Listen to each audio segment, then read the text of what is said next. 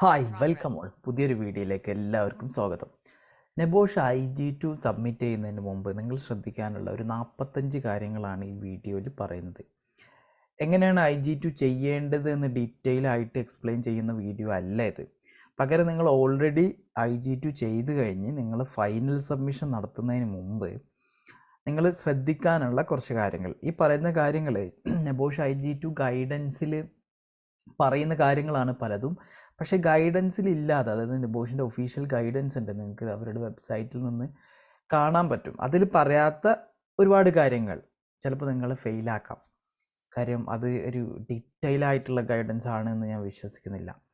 അപ്പോൾ IG2 examiners ഈ അത്രത്തോളം നോക്കുന്ന പല ക്രൈറ്റീരിയ ഉണ്ട്. ആ ക്രൈറ്റീരിയ ഒക്കെ ഡിസ്കസ് ചെയ്യാനാണ് ഞാൻ ഈ വീഡിയോയിൽ ഉദ്ദേശിക്കുന്നത്. വീഡിയോ കംപ്ലീറ്റ് ആയിട്ട് കാണാൻ ശ്രമിക്കുക നിങ്ങളൊരു IG2 കാൻഡിഡേറ്റ് ആണ് എന്നുണ്ടെങ്കിൽ.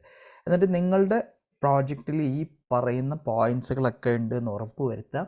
എന്നിട്ട് ശേഷം മാത്രം നിങ്ങൾ എന്ത് ചെയ്താൽ മതി, സബ്മിറ്റ് ചെയ്താൽ മതി. അല്ലാത്ത പക്ഷം നിങ്ങൾ ഫെയിൽ ആവാനുള്ളൊരു ചാൻസ് ഉണ്ട്. കാര്യം IG2ൻ്റെ കാര്യം പറയുകയാണെന്നുണ്ടെങ്കിൽ IG2ന് മാർക്കില്ല, നിങ്ങൾക്കറിയും. IG2 പറയുന്ന എല്ലാ ക്രൈറ്റീരിയയും എല്ലാ പോയിൻറ്റ്സും നിങ്ങൾ മീറ്റ് ചെയ്താൽ മാത്രമേ നിങ്ങൾക്ക് പാസ്സാകാൻ പറ്റൂ. അല്ലാത്ത പക്ഷം നിങ്ങൾ ഫെയിലായി പോകും. ഓക്കെ, എന്തായാലും ഞാൻ 45 പോയിൻറ്റുകളൊന്ന് എക്സ്പ്ലെയിൻ ചെയ്യാം.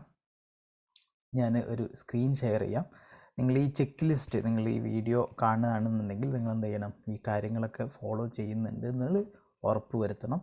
അതുപോലെ തന്നെ മറ്റൊരു കാര്യം, ഡീറ്റെയിൽ ആയിട്ടുള്ള നിങ്ങൾക്ക് ഒരു പേഴ്സണലൈസ്ഡ് അസിസ്റ്റൻസ് നിങ്ങൾ IG1 IG2 വേണമെന്നുണ്ടെങ്കിൽ ഞാൻ എൻ്റെ കോൺടാക്റ്റ് നമ്പർ, വാട്സപ്പ് നമ്പർ ഇവിടെ നെക്സ്റ്റ് സ്ക്രീനിൽ ഷെയർ ചെയ്യാം.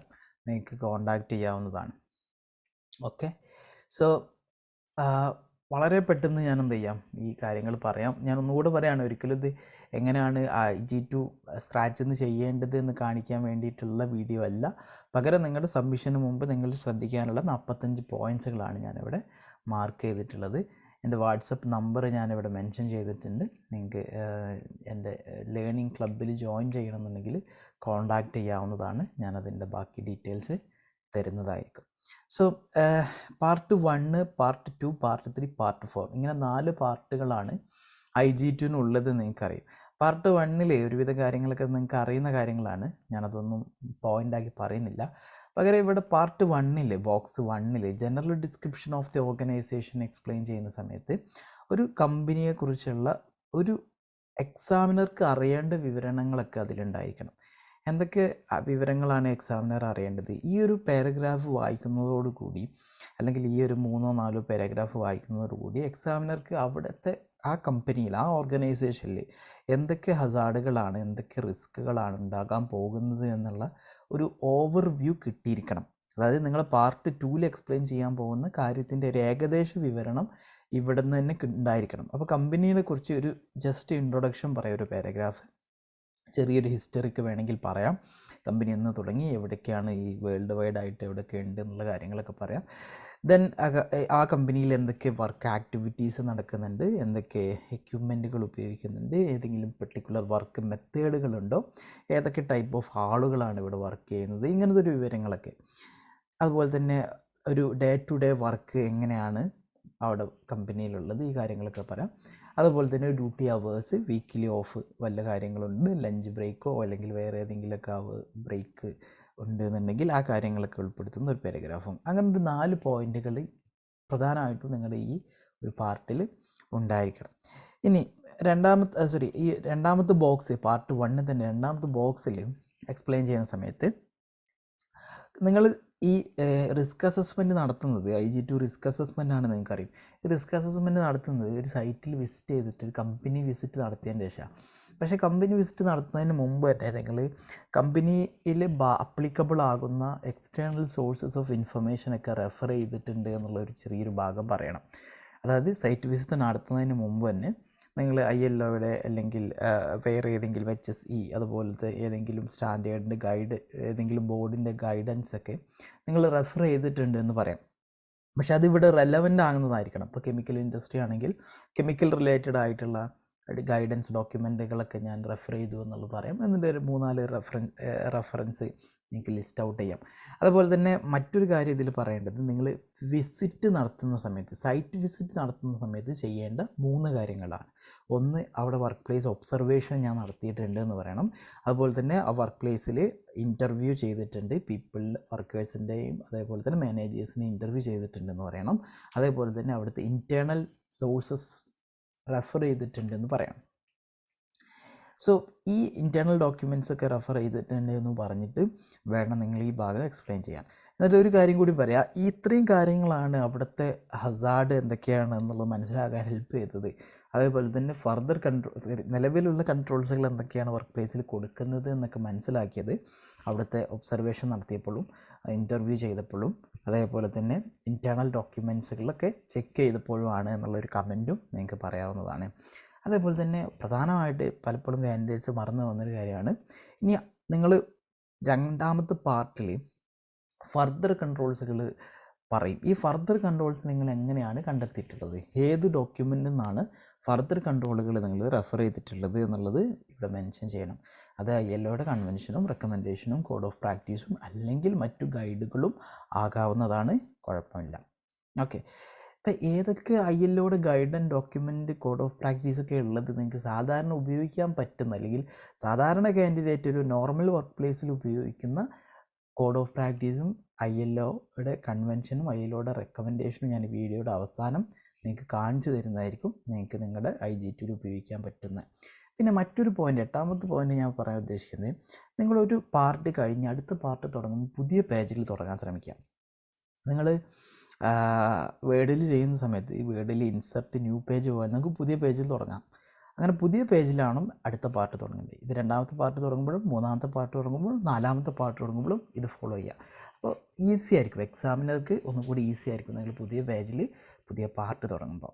പിന്നെ പാർട്ട് 2ൻ്റെ ആദ്യ ഭാഗത്ത് തന്നെ നിങ്ങളുടെ കമ്പനിയുടെ name, date, scope of risk assessment, ഈ കാര്യങ്ങൾ മെൻഷൻ ചെയ്യണം, മറന്നു പോകരുത്. ഇനി മറ്റൊരു പ്രധാനപ്പെട്ട കാര്യം, ഓക്കെ, 10ാമത്തെ പോയിൻ്റ്, 9ാമത്തെ പോയിൻ്റ് ഞാൻ മിസ് ചെയ്തോ? Okay, sorry, so never mind, നമ്പറിലൊന്നും കാര്യമില്ല. 10ാമത്തെ പോയിൻ്റ്, ഹസാർഡ് കാറ്റഗറി കറക്റ്റായിട്ട് മെൻഷൻ ചെയ്യണം. ഹസാർഡ് കാറ്റഗറി പല കാൻഡിഡേറ്റ്സും മാറി മെൻഷൻ ചെയ്യാറുണ്ട്, അതായിരിക്കും അവർ ഫെയിലാവാനുള്ള കാര്യം. നമ്മൾ 20 ഹസാർഡ് കാറ്റഗറിയാണ് നമ്മൾ ഈ IG2 ഡിസ്കസ് ചെയ്യുന്നത് നെബോഷിൻ്റെ സിലബസിൽ. ആ 20 ഹസാർഡ് കാറ്റഗറി ഞാനിവിടെ ലിസ്റ്റ് ഔട്ട് ചെയ്തിട്ടുണ്ട്, നിങ്ങൾക്ക് ഇത് റെഫർ ചെയ്യാവുന്നതാണ്. ഈ 20 ഹസാർഡ് കാറ്റഗറി 7 എലമെൻസുകളിലാണ് ഡിസ്കസ് ചെയ്യുന്നത്, 7 എലമെൻസുകളിലാണ്. സോ 5ാമത്തെ എലമെൻറ്റിൽ ഇത്രയും ഹസാർഡ് കാറ്റഗറീസ് ഉണ്ട്, 6ാമത്തെ എലമെൻറ്റിൽ ഇത്ര ഹസാർഡ് കാറ്റഗറി ഡിസ്കസ് ചെയ്യുന്നു, 7, 8, 9, 10. ഓക്കെ, അങ്ങനെ ഈ 20 ഹസാർഡ് കാറ്റഗറിയിൽ നിന്നുള്ള ഒരു പേരായിരിക്കണം നിങ്ങളുടെ ഈ പാർട്ട് 2ൽ എഴുതേണ്ടത്. ഇതിനല്ലാത്ത മറ്റൊരു പേരും നിങ്ങൾ എഴുതരുത്, എഴുതി അത് ഫെയിലാവാനുള്ള കാരണമാകും.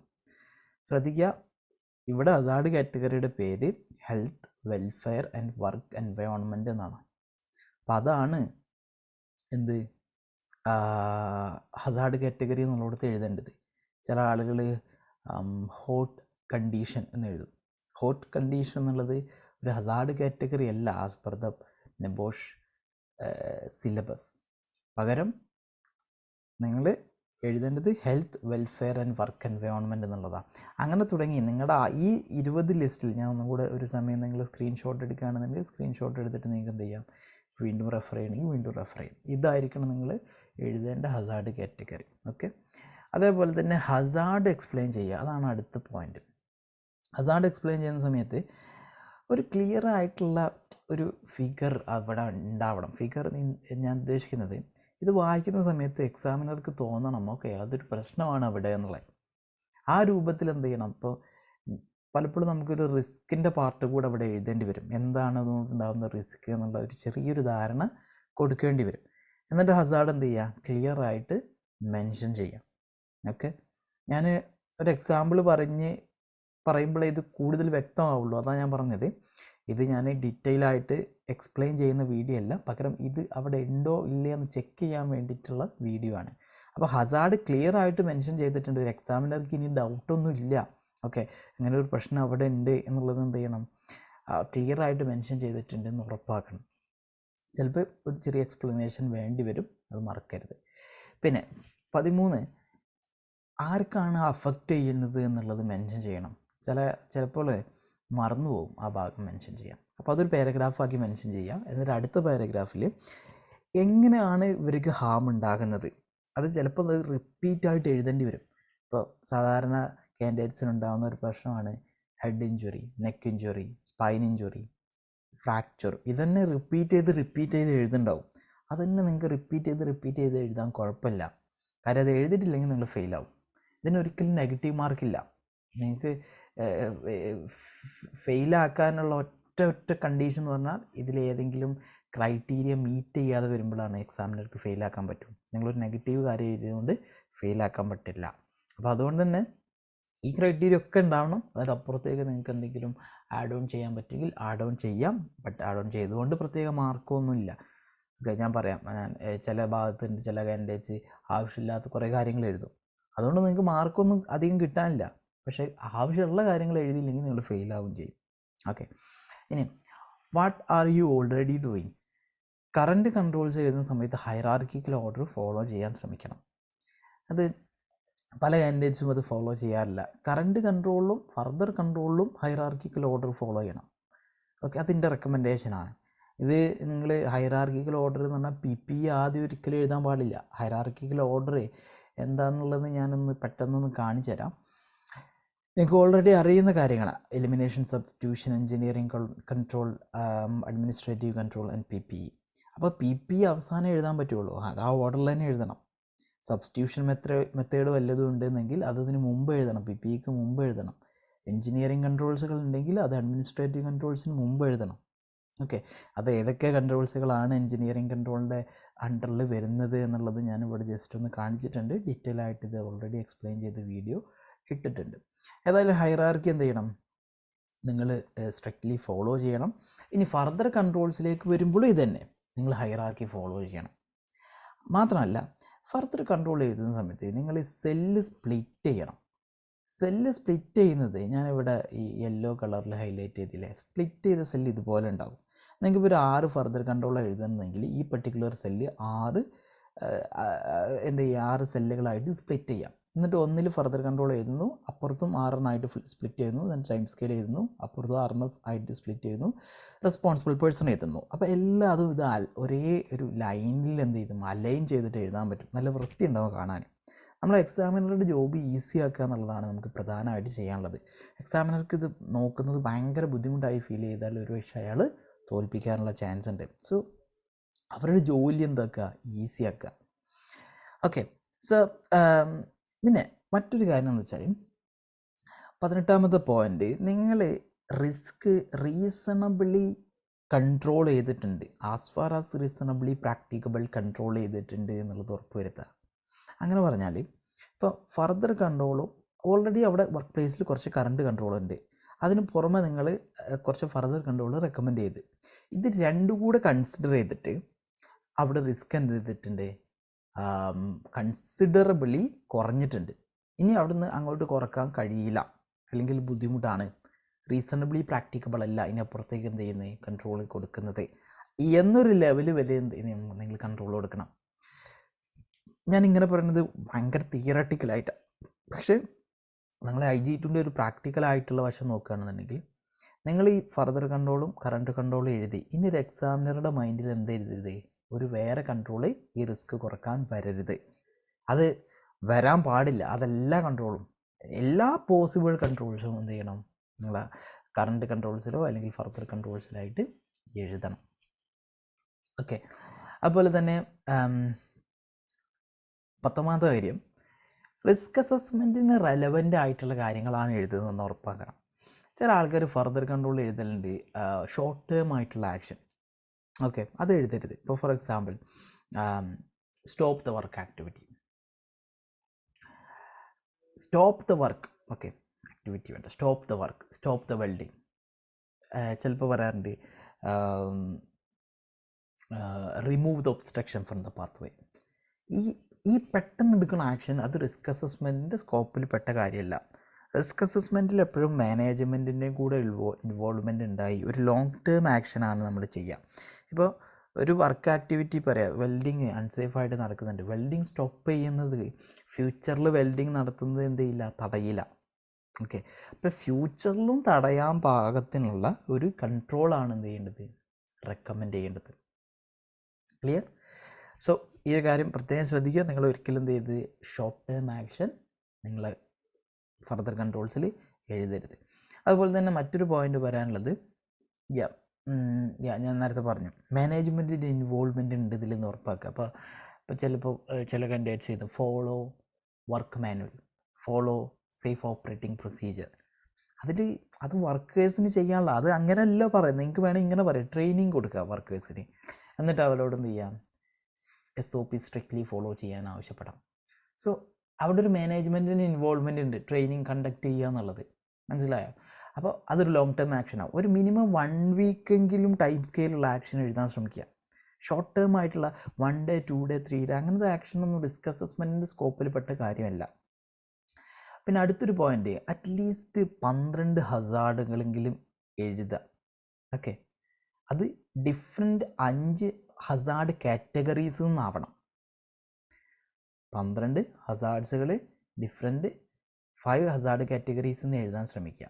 പിന്നെ ഇതിൽ ടോട്ടൽ 13 റോ ഉണ്ടാകും. അവസാനത്തെ റോ നിങ്ങൾ ഡിലീറ്റ് ചെയ്യാൻ മറക്കരുത്. നിങ്ങളുടെ മൗസിൻ്റെ റൈറ്റ് ക്ലിക്ക് ചെയ്താൽ നിങ്ങൾക്ക് ഡിലീറ്റ് ചെയ്യാൻ പറ്റും. ഇനി പാർട്ട് 3യിലേക്ക് വന്നാൽ ഇവിടെയാണ് പല കാൻഡിഡേറ്റ്സും ഫെയിലായി പോകുന്നത്. പാർട്ട് 3ൻ്റെ ആദ്യ ഭാഗം എന്ന് പറഞ്ഞാൽ നിങ്ങൾ moral, legal and financial argument ജനറലായിട്ട് നടത്താനുള്ളതാണ്. ഈ ജനറലായി നടത്തുക എന്ന് പറഞ്ഞാൽ നിങ്ങളിപ്പോൾ പാർട്ട് 2ൽ ഒരുപാട് കൺട്രോൾസുകൾ ഫർദർ കൺട്രോൾസായിട്ട് റെക്കമെൻഡ് ചെയ്തിട്ടുണ്ടാവും. ഒരു അറൗണ്ട് 100 കൺട്രോൾസുകൾ റെക്കമെൻഡ് ചെയ്തിട്ടുണ്ടാവും. ഈ 100 കൺട്രോൾസിനും കൂടി വേണ്ടിയിട്ടുള്ള ജസ്റ്റിഫിക്കേഷനാണ് നിങ്ങളിവിടെ കൊടുക്കുന്നത്. അപ്പോൾ അതിൽ മോറൽ ജസ്റ്റിഫിക്കേഷൻ കൊടുക്കുമ്പോൾ നിങ്ങളുടെ കൊടുക്കേണ്ട ഒരു പ്രത്യേക കാര്യം എന്ന് വെച്ചാൽ വർക്കേഴ്സ് മാത്രമല്ല സഫർ ആവുന്നത്, ഫാമിലി, ഫ്രണ്ട്സ്, ഡിപ്പെൻഡൻസ് ഒക്കെ സഫറാകും. ഒരു മോറൽ ഡ്യൂട്ടി ഉണ്ട് കമ്പനിക്ക്. അപ്പോൾ ഇപ്പോൾ വർക്കേഴ്സിനെ ഇൽ ഹെൽത്ത് നിന്ന് പ്രൊട്ടക്റ്റ് ചെയ്യണമെന്നുള്ളതും accident prevent ചെയ്യണമെന്നുള്ളതും.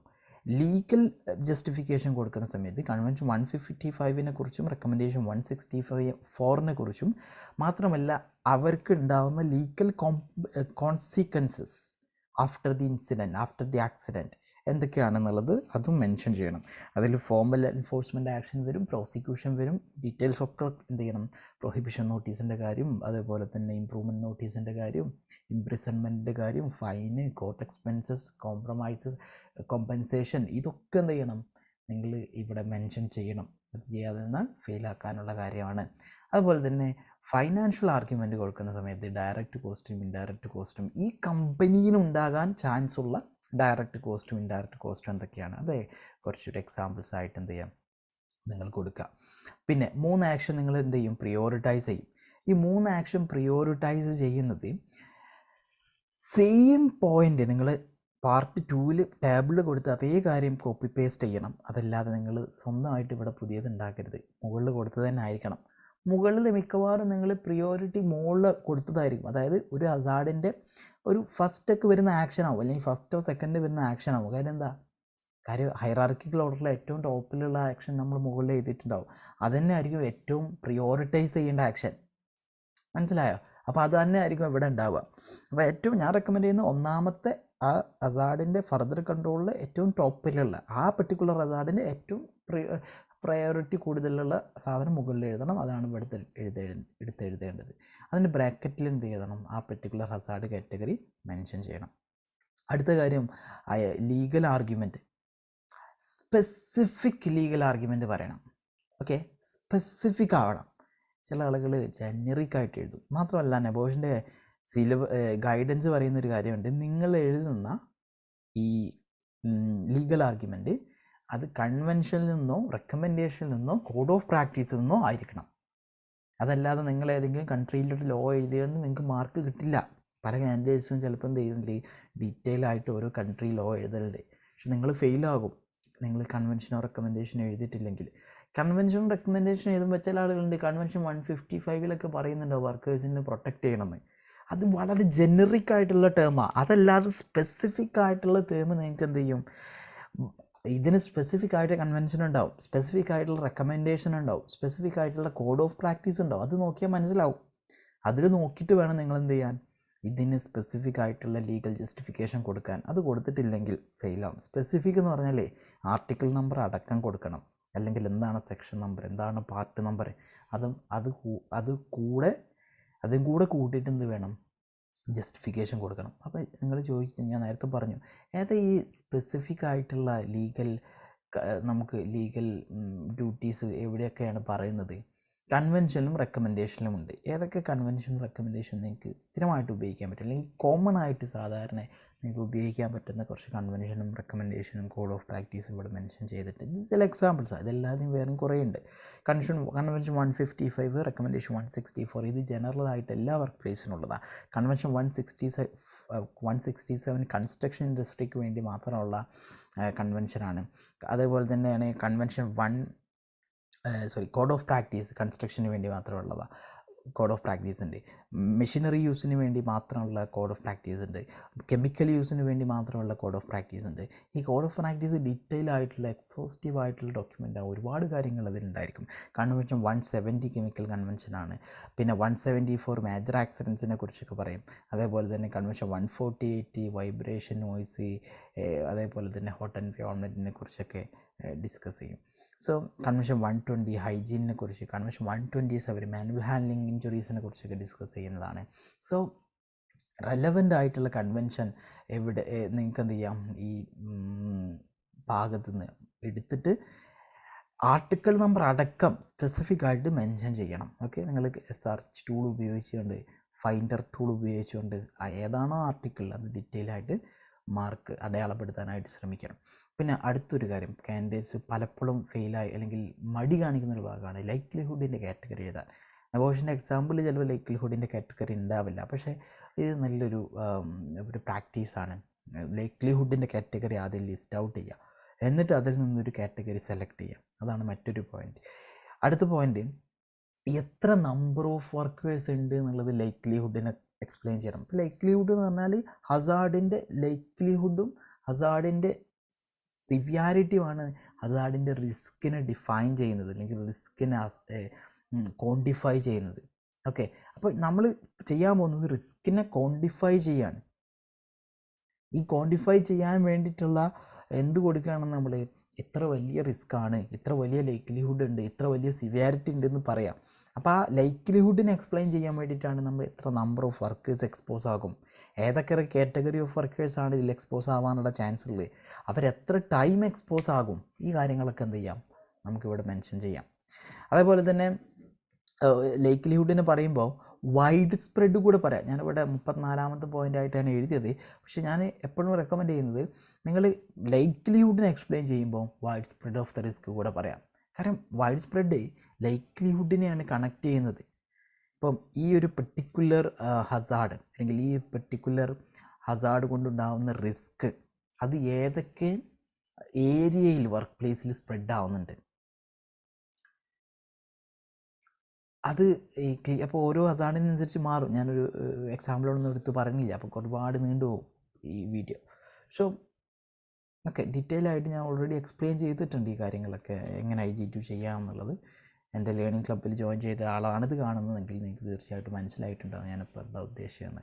So risk category അതും ഇതേപോലെ തന്നെ കാറ്റഗറൈസ് ചെയ്യുക, ഒന്ന് ചൂസ് ചെയ്യുക. അതിൽ ഇൽ ഹെൽത്തിനെ കുറിച്ചും ഇഞ്ചുറിയെക്കുറിച്ചും റിപ്പീറ്റ് ചെയ്ത് വന്നോട്ട്, ഒരു കുഴപ്പമില്ല. മുകളിൽ പറഞ്ഞ അതേ കാര്യങ്ങളാവും താഴെ പറയുന്നത്, ഒരു കുഴപ്പമില്ല. നിങ്ങൾ റിപ്പീറ്റ് ചെയ്ത് എഴുതിയാലും അതെന്ത് ചെയ്യണം, എഴുതിയിരിക്കണം, ഇല്ലെങ്കിൽ ഫെയിലാവും.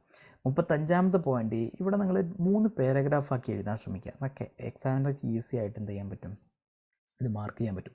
ഇതും ഞാൻ പറഞ്ഞ പോലെ ഡിഫറെൻറ്റ് പാരഗ്രാഫ് ആക്കിയിട്ട് എഴുതാൻ ശ്രമിക്കുക. അപ്പോൾ എക്സാമിനർക്ക് എന്ത് ചെയ്യും, ഇതേ ഓർഡറിൽ ഫോളോ ചെയ്യണം എന്നില്ല. ഞാൻ പറഞ്ഞു വൈഡ് സ്പ്രെഡ് എന്ത് ചെയ്യുക, ലൈക്ലിഹുഡിൻ്റെ കൂടെ എഴുതിയാലും നല്ല വൃത്തി ഉണ്ടായിരിക്കും. അതൊരു എന്തുണ്ടാവും, കൊഹിയറൻസ് ഒക്കെ ഉണ്ടായിരിക്കും. ഇനി explain what is select. Okay, ഇത് മെൻഷൻ ചെയ്യേണ്ട രീതി, അല്ലെങ്കിൽ ഇത് എക്സ്പ്ലെയിൻ ചെയ്യേണ്ട രീതി എന്ന് പറഞ്ഞാൽ ആദ്യം ഇവിടെ കൺട്രോൾ ഇല്ല, നിങ്ങൾ സജസ്റ്റ് ചെയ്ത കൺട്രോൾ ഇല്ല, അപ്പോൾ ഉണ്ടാകുന്നൊരവസ്ഥയും ഇനി സജസ്റ്റ് ചെയ്ത കൺട്രോൾ ഇംപ്ലിമെൻറ്റ് ചെയ്താൽ ഉണ്ടാകുന്ന ഇമ്പാക്റ്റുമാണ് ഇവിടെ എക്സ്പ്ലെയിൻ ചെയ്യേണ്ടത്. ഓക്കെ, സോ അത് പറയുമ്പോൾ ആ ഒരു ക്ലാരിറ്റി വരുള്ളൂ എങ്ങനെയാണ് ഇത് ഇവിടെ റിസ്കിനെ കുറയ്ക്കാൻ പോകുന്നത് എന്നുള്ളത്. ഇനി നിങ്ങൾക്ക് എന്തെങ്കിലും ഇതിനെക്കുറിച്ച് ലൈക്ലിഹുഡാണ് ഇവിടെ കുറയുന്നത്, സിവിയാരിറ്റിയാണ് ഇവിടെ കുറയുന്നത് എന്ന് പറയാൻ പറ്റുമെന്നുണ്ടെങ്കിൽ നിങ്ങൾക്ക് അതും പറയാം. അത് നല്ലൊരു വഴിയാണ് ഒരു കാര്യം റിസ്കിനെ കുറക്കുന്നത് എക്സ്പ്ലെയിൻ ചെയ്യുന്നിടത്ത്. ഇനി മറ്റൊരു പോയിൻ്റാണ് ടൈം സ്കെയിൽ കൊടുക്കുന്നത് തെറ്റിപ്പോരുത്. അത് പാർട്ട് 2 ടേബിളിൽ കൊടുത്ത അതേ ടൈം സ്കെയിൽ വേണം ഇവിടെയും കൊടുക്കാനായിട്ട്. അത് ഒന്നും കൂടി ഡബിൾ ചെക്ക് ചെയ്യാം, മുകളിൽ കൊടുത്ത് തന്നെ അല്ലേ താഴെ എന്നുള്ളത്. ചില കാൻഡിഡേറ്റ്സ് ഫെയിലായി പോയത് ഞാൻ കണ്ടിട്ടുണ്ട്. മുകളിൽ 2 മാസമാണ് ഒരു ആക്ഷന് ടൈം സ്കെയിൽ കൊടുത്തത്, ഈ പാർട്ടിൽ അത് 1 മാസമായി. അപ്പോൾ 1 എന്നുള്ളത് 2 മാറി എഴുതിയാൽ നിങ്ങൾ ഫെയിലാണ്. പിന്നെ ബാക്കി 99.99% നിങ്ങളുടെ ആൻസർ കറക്റ്റ് ആണെങ്കിൽ പോലും ആ 0.0001% ഫെയിലായതിൻ്റെ പേരിൽ നിങ്ങൾ ഫെയിലാക്കും. ഓക്കെ, പിന്നെ ഒരു ടൈം സ്കെയിൽ കൊടുക്കുമ്പോൾ അത് റിയലിസ്റ്റിക് ആയിട്ടുള്ള ടൈം സ്കെയിലാണെന്നുള്ള ജസ്റ്റിഫിക്കേഷൻ കൊടുക്കാം. അത് ജസ്റ്റിഫൈ ചെയ്യേണ്ട രീതി, എന്തുകൊണ്ട് ഞാൻ ഈ ടൈം സ്കെയിൽ സെറ്റ് ചെയ്തു, അത് ക്ലിയർ ആയിട്ട് പറയാം. അത് ഓരോ ആക്ഷൻ അനുസരിച്ച് ചെറിയ ചെറിയ വ്യത്യാസങ്ങൾ ഉണ്ടായിരിക്കും. ഈ ആക്ഷൻ കംപ്ലീറ്റ് ആയിട്ട് ഈ റിസ്കിനെ കൺട്രോൾ ചെയ്യുമോ ഇല്ലേ, അങ്ങനെ ഒരു ചോദ്യം ചോദിക്കുമ്പോൾ നമ്മൾ അതിന് ഉത്തരം പറയണം. ഇത് കംപ്ലീറ്റ് ആയിട്ട് കൺട്രോൾ ചെയ്യും, അല്ലെങ്കിൽ ഇത് കംപ്ലീറ്റ് ആയിട്ട് കൺട്രോൾ ചെയ്യില്ല. ഞാൻ ഈ പറഞ്ഞ രൂപത്തിൽ തന്നെ അതെന്ത് ചെയ്യണം, ഡിഫൈൻ ചെയ്യണം. ഓക്കെ, അല്ല അത് ഇത് എന്ന് പറഞ്ഞിട്ട് ഈ ചോദ്യത്തിന് ഉത്തരം പറയാതെ പോകരുത്. അപ്പോൾ ഫുള്ളി കൺട്രോൾ ചെയ്യും എന്നൊരു പറയാം. ഓക്കെ, ഇത് ഇങ്ങനെയൊക്കെ ആയതുകൊണ്ട് ഫുള്ളി കൺട്രോൾ ചെയ്യും. ഫുള്ളി കൺട്രോൾ ചെയ്യില്ല, കാര്യം അപ്പോഴും റിസ്ക് അവിടെ ബാക്കിയുണ്ട്. പക്ഷേ ബാക്കിയുള്ള ഫർദർ കൺട്രോൾ ഞാൻ പറഞ്ഞ പോലെ ഇതൊക്കെ ചെയ്താൽ എന്ത് ചെയ്യും, ഫുള്ളി കൺട്രോൾ ചെയ്യും എന്നുള്ള ഒരു കാര്യം. ഇനി ജസ്റ്റിഫിക്കേഷൻ 3 കഴിഞ്ഞ് പാർട്ട് 3 കഴിഞ്ഞ് പാർട്ട് 4 വന്നാൽ ആദ്യം റിവ്യൂ ഡേറ്റ്. അത് ഒരു പ്ലാൻഡ് റിവ്യൂ ഡേറ്റ് ഉണ്ടായിരിക്കും, ടൈം സ്കെയിൽ മാറുന്നതിനനുസരിച്ച്, ഐ മീൻ ടൈം മാറുന്നതിനനുസരിച്ച്. അതേപോലെ തന്നെ അതല്ലാതെ റിവ്യൂ ഡേറ്റ് ബാക്കി ഒക്കേഷൻസ് ഏതൊക്കെയാണ്, ബാക്കി എപ്പോഴൊക്കെയാണ് റിവ്യൂ വരിക. ഒരു പ്ലാൻഡ് റിവ്യൂ ഒരു വർഷമൊക്കെയാണ് നിങ്ങൾ സാധാരണ എടുക്കേണ്ടത്, അതാണ് ഞാൻ റെക്കമെൻഡ് ചെയ്യുന്നത്. കമ്പനിയുടെ പോളിസി ചിലപ്പോൾ അങ്ങനെ ആയിരിക്കും. അതല്ലാതെ വേറെ ഏതൊക്കെ ഒക്കേഷൻസിലാണ് റിവ്യൂ ചെയ്യുന്നത് അത് നിങ്ങൾക്ക് മെൻഷൻ ചെയ്യാം. അതേപോലെ തന്നെ കമ്മ്യൂണിക്കേറ്റ് ചെയ്യുന്നത് എങ്ങനെയാണ്, ഇതിൻ്റെ ഫൈൻഡിങ്സ്, അത് വർക്കേഴ്സിനോട് എങ്ങനെയാണ് കമ്മ്യൂണിക്കേറ്റ് ചെയ്യുന്നത്, മാനേജ്മെൻറ്റിനോട് എങ്ങനെയാണ് കമ്മ്യൂണിക്കേറ്റ് ചെയ്യുന്നത്, മീറ്റിങ്ങുകളുണ്ടോ, മീറ്റിങ്ങുകൾ സംഘടിപ്പിക്കുകയോ, നോട്ടീസ് ബോർഡിൽ അറിയോ, TBTയിൽ ഇത് ഡിസ്കസ് ചെയ്യുകയോ, അല്ലെങ്കിൽ മെയിലായിട്ട് ഇതിൻ്റെ അബ്സ്ട്രാക്റ്റ് അയച്ചു കൊടുക്കുകയോ, ഇൻട്രാനെറ്റിൽ ഈ റിസ്ക് അസസ്മെൻറ്റിൻ്റെ സമ്മറൈസ്ഡ് പോർഷൻ അപ്ലോഡ് ചെയ്യുമോ, ഈ കാര്യങ്ങളൊക്കെ. അതുപോലെ തന്നെ follow up questions, follow up എങ്ങനെയാണ് നടത്താൻ പോകുന്നത് എന്നുള്ളൊരു കാര്യം. ഓക്കെ, സോറി, ഇത് നിങ്ങൾക്ക് താഴെ ആണ്, how you will follow up the risk assessment. Okay, ഇത് ഈ ബോക്സിലില്ല, താഴത്തെ ബോക്സിൽ എങ്ങനെയാണ് നിങ്ങൾ ഫോളോ അപ്പ് ചെയ്യാൻ പോകുന്നത് ഈ ഒരു കാര്യം. അപ്പോൾ അത് നിങ്ങൾക്ക് എങ്ങനെ എഴുതാം, അത് ഫോളോ അപ്പ് ആകുന്നുണ്ട് എന്നുള്ള ഉറപ്പാക്കുക, അത്ര പറയാനുള്ളൂ. ഇനി പലപ്പോഴും നിങ്ങൾ എഴുതേണ്ട ഒരു കാര്യം എന്ന് വെച്ചാൽ, നിങ്ങൾ ഈ റെസ്പോൺസിബിൾ പേഴ്സണെ കൺസൾട്ട് ചെയ്യും. അതൊരു ഫോളോ അപ്പിൻ്റെ രീതിയാണ്. അതായത് ആളോട് പോയി ചോദിക്കും, അയാളോട് പോയി സംസാരിക്കും. ഓക്കെ, അത് ആൾക്ക് എന്തെങ്കിലും ബുദ്ധിമുട്ടുണ്ടോ, എന്തെങ്കിലും ഇഷ്യൂസ് ഉണ്ടോ, അതെന്ത് ചെയ്യും, സോൾവ് ചെയ്യാനായിട്ട് ശ്രമിക്കും. അതുപോലെ തന്നെ എംപ്ലോയറുടെയും ഈ അസൈൻഡ് പേഴ്സൺ ആരാണോ റെസ്പോൺസിബിൾ ആയിട്ടുള്ള ആൾ, അവരുടെ ഇടയിൽ ഒരു മീഡിയേറ്റർ ആയിട്ട് ആക്ട് ചെയ്യും എന്നുള്ള രൂപത്തിൽ വേണം എന്ത് ചെയ്യാൻ, ഈ ഒരു ടേം പറയാനായിട്ട്. അങ്ങനെ ആക്ട് ചെയ്യും എന്നല്ല, ബട്ട് ഫോർ എക്സാമ്പിൾ ഇവർക്കൊരു ഫൈനാൻഷ്യൽ ഇഷ്യൂ ഉണ്ട്, ഫണ്ട് റിലീസ് ചെയ്യണമെന്നുണ്ടെങ്കിൽ അത് മാനേജ്മെൻറ്റിനോട് സംസാരിക്കും.